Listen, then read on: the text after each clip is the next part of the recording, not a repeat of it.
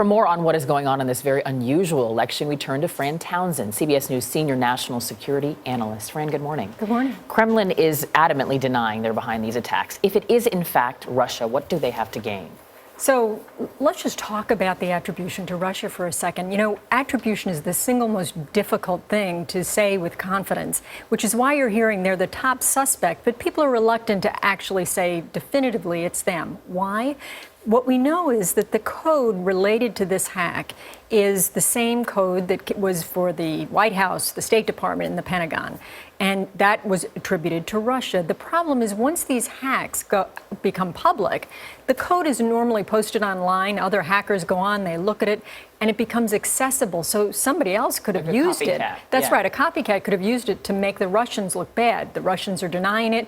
It'll be interesting to see if we can ever definitively say that this is, in fact, the Russians. The point you made while we were in the break, Fran, was that if they can change the code, they can also change the information that they actually steal, correct? That's right. A real danger, if it is, in fact, the Russians are perfectly capable, once they've stolen it, of manipulating the data. And imagine what chaos that might cause if they not only made it public, right, but if they actually forged something or changed the data and then released it, you'd have a campaign then in the conundrum of saying, wait a minute, this is my data, but it's been altered. Yeah. There's been so much talk about Donald Trump's encouragement, which he says was sarcastic, to encourage this type of espionage.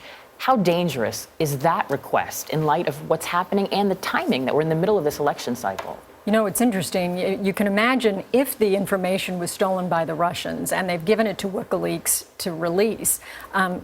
You know, I wonder if he'd be encouraging them, even sarcastically, if he found that his own campaign had been breached, right?